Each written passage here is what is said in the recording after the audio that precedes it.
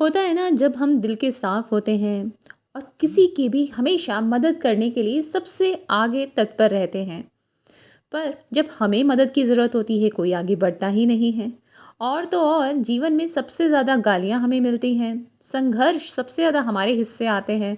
और जहाँ हम जी तोड़कर मेहनत करते हैं और सोचते हैं कि अब की बार तो प्रमोशन पक्का है, वहाँ प्रमोशन तो छोड़िए, अप्रिसिएशन छोड़िए, डिमोशन हो जाए तो कैसा लगता है ना। ऐसे ही ये एक व्यक्ति जो बहुत मेहनत किया करता, सेल्स टारगेट्स इसके हुआ करते, हमेशा ओवर अचीव करता और अब की बार तो उम्मीद कर रहा था कि प्रमोशन पक्का होगा, पर प्रमोशन छोड़िए इसका डिमोशन हो जाता है। भगवान से प्रार्थना करता था हमेशा सोने से पहले रात को कि मेरे साथ ये क्या हो रहा है, कॉर्पोरेट पॉलिटिक्स क्यों हो रही है। और जिस दिन उसका डिमोशन होता है वो टूट जाता है, बहुत सी शिकायतें करता है और शिकायत करता करता भगवान से सो जाता है। आँख लगती है तो सपने में ईश्वर प्रकट होते हैं, बोलते हैं कि तू ऐसा कर, तेरे घर से ना कुछ कदम की दूरी पर एक पत्थर है, उसको धक्का लगा। ये खुश हो जाता है, अर्ली मॉर्निंग उठता है और उसी पत्थर की तरफ जाता है और उसको धक्का लगाता है।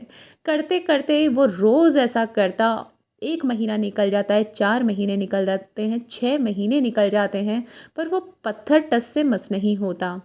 अब ये और टूट जाता है, फिर से भगवान से शिकायत करता है कि मेरी तो किस्मत ही ख़राब है, मैं तो उस पत्थर को इधर से उधर तक नहीं कर पाया, अब मेरी किस्मत कैसे खुलेगी। मुझे तो लगा जिस दिन उसे मैं हिला दूंगा उसी दिन मेरी किस्मत संवर जाएगी। उसी रात ईश्वर उसके सपने में प्रकट होते हैं और कहते हैं कि तू देखना, मैंने सिर्फ तुझे पत्थर को धक्का लगाने के लिए कहा था, हिलाने के लिए नहीं। और जब से तुझे मैंने ये कहा, तू कितना डिसिप्लिन्ड हो गया, तेरे अंदर कितनी हिम्मत आ गई, तेरी फिजिकल स्ट्रेंथ कितनी बढ़ गई। तू रोज़ सुबह एक ही टाइम पर उठता है इस उम्मीद के साथ कि आज कुछ अच्छा होगा। तेरे अंदर जो मेंटल स्ट्रेंथ है वो बढ़ गई तेरी। तो वो रियलाइज़ करता है कि वाकई में आज मैं किसी भी परेशानी का डटकर सामना करने के लिए तैयार हो गया हूँ। तो भक्ति और प्रभु हमारे साथ यही करते हैं, वो हमारे कर्म को तो नहीं टाल सकते, लेकिन हाँ, हमें इतनी हिम्मत भर सकते हैं कि हम हर परिस्थिति का डट कर मुकाबला कर सकें।